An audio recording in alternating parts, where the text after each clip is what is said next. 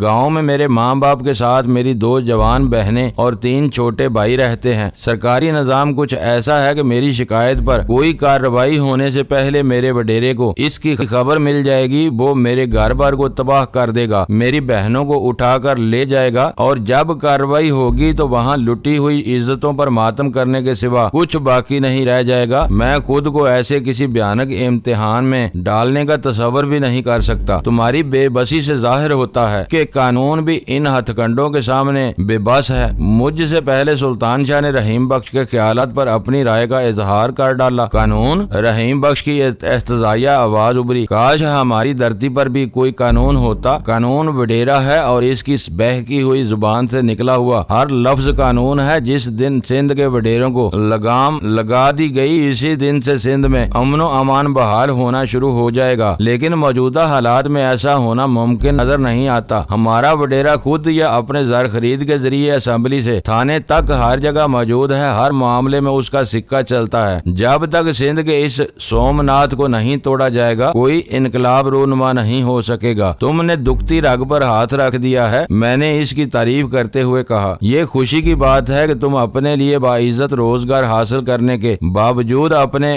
بھائیوں کے دکھ درد نہیں بھولے ہو۔ سائیں، یہ ہم سب کی دھرتی ہے۔ اپنی دھرتی سے جان بوجھ کر دغا کرنے والے بہت کم ہوتے ہیں۔ جس دن سب کو عزت کی روٹی ملنی شروع ہو گئی، سب ٹھیک ہو جائے گا۔ میں نے اس کی پیٹھ تھپکی اور سلطان شاہ کے ساتھ شمال مشرق سمت میں چل دیا۔ چٹانوں کے عقب میں جگہ جگہ خاردار جھاڑیاں اور خودرو پودے اگے ہوئے تھے، جن سے بچ کر ہم آگے بڑھتے رہے۔ ہم سے تھوڑے فاصلے پر ٹرک اور مزدور وغیرہ جمع تھے، لیکن چٹانوں کا بے ترتیب پھیلاؤ ہمارے اور ان کے درمیان آڑ بنا ہوا تھا۔ ابھی ہم تھوڑی دور ہی گئے تھے کہ زمین پر کسی کے بھاگتے ہوئے قدموں کی دمک نے ہمیں چکنا کر دیا۔ اندھیرے میں دونوں کی نظریں چار ہوئیں اور ہم تیزی کے ساتھ ایک قریبی درز میں دبک گئے۔ وہ آہٹیں تیزی کے ساتھ قریب آتی جا رہی تھی۔ آنے والا جو کوئی بھی تھا ہماری طرف ہی آ رہا تھا۔ جو ہی وہ بھاگتا ہوا سایہ ہمارے قریب سے گزرا، میں نے پہلی ہی نظر میں اسے پہچان لیا۔ وہ ویرا تھی جو شاید ننگے پاؤں دوڑ لگا رہی تھی۔ میں نے اضطراری طور پر اس کا نام پکارا۔ وہ بھاگتے بھاگتے یک لخت رک گئی، ایک جھٹکے کے ساتھ ہماری طرف گھومی اور پھر اس کے حلق سے بے اختیار ایک گہرا سانس آزاد ہو گیا۔ مجھے پورا یقین تھا کہ چٹانوں کے پیچھے کچھ نہ کچھ ہو رہا ہے۔ اس نے چڑھے ہوئے سانسوں کے درمیان رک رک کر کہا، بغل میں دبے ہوئے سینڈل زمین پر ڈال کر پہننے لگی۔ تم اس طرح سر پر پیر رکھ کر کیوں بھاگ رہی تھی؟ سلطان شاہ نے پوچھا۔ قاسم ساحلی چٹانوں میں بیٹھ کر شیمپئن پی رہا تھا اور میں اس کے ساتھ تھی۔ وہ شروع ہی سے ندیدے پن کے ساتھ خوشامد میں لگا ہوا تھا۔ اس نے ہم دونوں کے ساتھ ٹھکانے کی طرف بڑھتے ہوئے کہا، میں بالکل غیر مسلح ہوں۔ حرامزادے ہیری نے مجھے ایک خونخوار محافظ کی نگرانی میں بھیجا تھا، اس لیے میں نے قاسم کو لفٹ دینی شروع کر دی۔ میرے محافظ سے اجازت لے کر مجھے چٹانوں میں لے گیا۔ اس کی بوتل کھولتے ہی اس نے میرے بارے میں گھٹیا قسم کی باتیں شروع کر دی جو میں کسی مناسب موقع کی تلاش میں برداشت کر رہی تھی۔ دوسری بوتل کی باری آنے پر جب وہ ہاتھا پائی کی طرف متوجہ ہونے لگا تو میں نے خالی بوتل سے اس کی کنپٹی پر ایک نپی تلی ضرب لگائی اور وہ کوئی آواز نکالے بغیر وہیں ڈیر ہو گیا اور میں اس طرف بھاگ نکلی۔ تو کیا قاسم کی جامع تلاشی میں بھی تمہیں کوئی ہتھیار نہیں مل سکا؟ سلطان شاہ نے حیرت سے پوچھا۔ وہ غیر مسلح تھا، مجھے اس کو ہاتھ لگاتے ہوئے بھی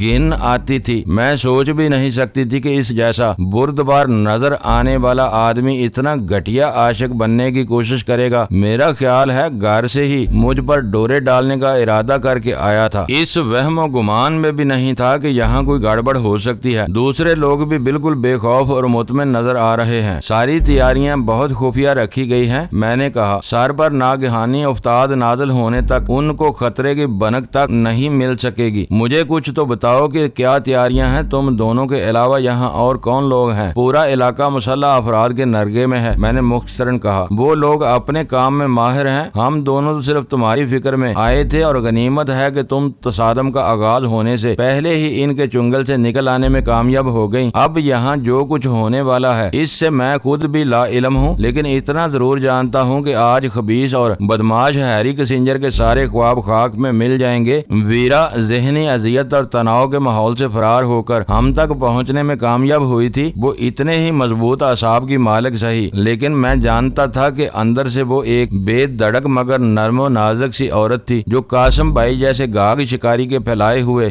جال کے پھندے قطر کر فرار ہوئی تھی اور اسے اپنے ہوش و حواس میں معمول پر لانے کے لیے ایک معقول مہلت کی ضرورت تھی۔ اس لیے اس سے کوئی پرپیچ سوال کیے بغیر ہم تینوں ہلکی پھلکی باتیں کرتے ہوئے اول خان کی لینڈ کروزر جیپ تک پہنچ گئے۔ وہاں رحیم بخش اپنی جگہ مستعد تھا۔ اس نے ہم دونوں کے ساتھ ایک سفید فام عورت کی موجودگی کو شدید حیرت اور بے اعتباری کے عالم میں قبول کیا تھا۔ ہم لوگ اس وقت بحیرہ عرب کے جاگ اڑاتے ہوئے غضبناک پانیوں کے کنارے پر موجود تھے، جہاں سرکش سمندری لہریں کسی جل پری کو تو ساحل پر پٹک سکتی تھیں، لیکن ان شفاق اور بے رحم موجوں سے کسی اجلی سفید فام حسینہ کا برآمد ہونا قرینِ قیاس نہیں تھا۔ سلام میم صاحب، رحیم بخش نے ویرا کو دیکھتے ہی ادب و احترام سے کہا، پھر اچانک ہی مجھ سے مخاطب ہو گیا، سائیں یہ بیگم صاحب کون ہے؟ اس کو کدھر سے لائے ہو؟ یہ ہماری دوست ہے رحیم بخش، میں نے نرمی سے کہا، اور دشمن کی قید سے فرار ہو کر آئی ہے۔ سائیں تم اسے اوپر لے جاؤ گے یا ادھر جیپ میں ہی آرام کرو گے؟ رحیم بخش نے عجیب اور متجسسانہ لہجے میں سوال کیا۔ اول خان اپنی پیشہ ورانہ سرگرمیوں کی بنا پر ویرا کے بارے میں بہت کچھ جانتا تھا، لیکن ویرا اس کے بارے میں کچھ نہیں جانتی تھی۔ اسپیشل ٹاسک فورس عام لوگوں کے لیے شجرے ممنوع تھی۔ اول خان کی ذاتی مہربانیوں کی وجہ سے میں اس پراسرار تنظیم کے بارے میں بہت کچھ جان چکا تھا، لیکن ویرا کو ان رازوں میں اپنا شریک نہیں بنانا چاہتا تھا۔ اس لیے میں نے فی الفور ویرا کو اوپر لے جانے کا ارادہ ترک کر دیا۔ بیگم صاحب تھکی ہوئی آئی ہیں، چٹان خراب اور خطرناک ہے، اس لیے ہم تینوں یہیں جیپ میں آرام کریں گے، میں نے رحیم بخش کو آگاہ کیا۔ تو سائیں تم جیپ کی دیکھ بھال کرو، میں اوپر جاتا ہوں، اس نے تقریباً گڑ گڑاتے ہوئے کہا۔ میں سر کو تمہارا پیغام بھی پہنچا دوں گا اور دشمن کی خبر بھی لے لوں گا۔ میں نے مسکراتے ہوئے اسے اوپر جانے کی اجازت دے دی اور تیزی کے ساتھ چٹان کی طرف ہو لیا۔ جیپ مکفل نہیں کی گئی تھی، چابی بھی اگنیشن سوئچ میں لگی ہوئی تھی۔ میں نے ڈرائیونگ سیٹ پر قبضہ کر لیا، ویرا میرے برابر والی نشست پر آ گئی اور سلطان شاہ کو عقبی نشست پر براجمان ہونا پڑا۔ یہ گاڑی کس کی ہے؟ ویرا نے دروازہ کھلنے کے ساتھ روشن ہونے والی کیبنٹ لائٹ کی روشنی میں جیپ کے اندرونی حصے کا جائزہ لینے کے بعد سوال کیا۔ میرے ایک ہمدرد کی ہے گاڑی ہے، آج کے کھیل کا ہیرو وہی ہے، میں نے کہا۔ شاید ویرا میرے جواب کے ابہام سے الجھ کر کچھ اور پوچھتی، لیکن اسی لمحے سلطان شاہ کی زبان میں خارش ہوئی اور وہ بول پڑا، قاسم کی گھٹیا شاعری کے دو چار شعر تو سناؤ۔ مسز لیزلی فلہام کے روپ میں میں خود کو اردو سے بالکل نابلد ظاہر کر رہی تھی، اس لیے اس بیچارے کو اپنی ہر بات کا انگریزی میں ترجمہ کرنے میں شدید دقت کا سامنا کرنا پڑ رہا تھا۔ اس کی شاعری میں میرے رنگ، روپ اور جسمانی اعضاء کی مبالغہ آمیز تعریف کے سوا کچھ بھی نہیں تھا۔ تنہائی میں کھلے گریبان والے بلاؤز اور گھٹنوں سے اونچے اسکرٹ میں ملبوس ایک سفید فام دوشیزہ کو سامنے دیکھ کر وہ بیچارہ اس کے سوا اور کیا کہہ سکتا تھا؟ محبوبہ تو بہت بڑی چیز ہوتی ہے۔ محبوب کو سامنے دیکھ کر میر اور غالب بھی اپنی چوکڑیاں بھول کر لب و رخسار کی بھول بھلائیوں میں گم ہو جایا کرتے تھے۔ یہ میر اور غالب کون تھے؟ ویرا نے اس کی خرافات میں دھیان دیے بغیر پوچھا۔ کمال ہے کہ اتنی اچھی اردو جاننے کے باوجود تم میر اور غالب سے ناواقف ہو۔ ارے بابا، انہیں تو اردو کے والدین میں شمار کیا جاتا ہے۔ اردو شاعری انہی کی گودوں میں پروان چڑھی ہے۔ وہ دونوں حسب معمول آپس میں الجھ رہے تھے اور میرا ذہن گھوڑا کریک کی مجموعی صورتحال کا تجزیہ کرنے میں مصروف تھا۔ وہاں خشکی پر اول خان کے جوان اندھیرے میں اپنی کمین گاہوں میں چھپے ہوئے تھے اور موقع ملنے پر آنن فانن میں دشمن کو نیست و نابود کر سکتے تھے۔ الحدید اور اس کے عملے پر بحریہ کے جوان قابض تھے۔ سمندر کی طرف سے بحریہ کی جنگی کشتیوں نے ناکہ بندی کر کے فرار کی راہیں مسدود کی ہوئی تھیں اور گھوڑا کریک آنے والی سڑک کے اطراف میں ایس ٹی ایف کے 70 مسلح جوان ٹیلوں اور جاڑیوں کی اوٹ میں اپنے مورچے جمائے بیٹھے تھے۔ ہر اعتبار سے صورتحال کنٹرول میں نظر آ رہی تھی، لیکن میں یہ سمجھنے سے قاصر تھا کہ مزدوروں اور خلاصیوں وغیرہ کی باری نفری کو خون ریزی کے بغیر کس طرح پکڑا جا سکے گا۔ اگر وہاں تصادم کی کوئی بھی صورت رونما ہوتی تو بہت سے بے گناہوں کا مرنا اور زخمی ہونا ناگزیر نظر آ رہا تھا۔ معزز ناظرین، لائک کریں، شیئر کریں اور کمنٹس باکس میں پاک آرمی زندہ باد، پاکستان پائندہ باد کا نعرہ ضرور درج کر کے اپنے ملک پر فخر کریں اور پاکستان کی بنیادیں مضبوط کرنے میں اپنا کردار ادا کریں۔ ویڈیو دیکھنے کا شکریہ۔ معزز ناظرین، اپنا خیال رکھیے گا اور ہمارے چینل کا بھی۔ ISI پاک آرمی زندہ باد، پاکستان پائندہ باد۔